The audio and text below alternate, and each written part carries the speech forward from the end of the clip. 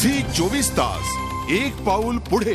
जिया खाननं आत्महत्या करण्याआधी 23 मे रोजी रात्री 11:30च्या सुमारास शेवटचं ट्विट केलं होतं। या तिनं आपण एक ब्रेक घेत असल्याचं म्हटलं होतं। तिच्या शेवटच्या ट्विटमध्ये नेमकं काय होतं ते आपण बघतोय। सॉरी, काही काळ जरा ट्विटर पासून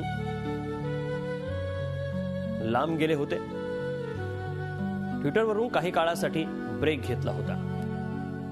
काही वेळा तुम्हाला अशा पद्धतीचे ब्रेक घेणं गरजेचं असतं। जिया खानचं हे शेवटचं ट्विट आहे 23 मे रोजी रात्री 11:30च्या सुमारास।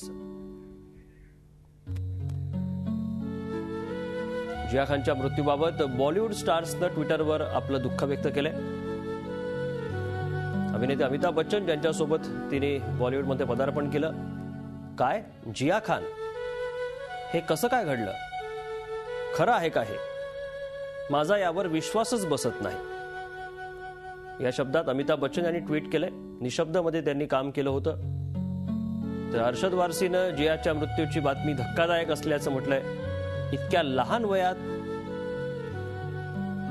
तिनं आयुष्य संपवणं योग्य नाही असंही अरशदनं म्हटलंय। झी 24 तास एक पाऊल पुढे।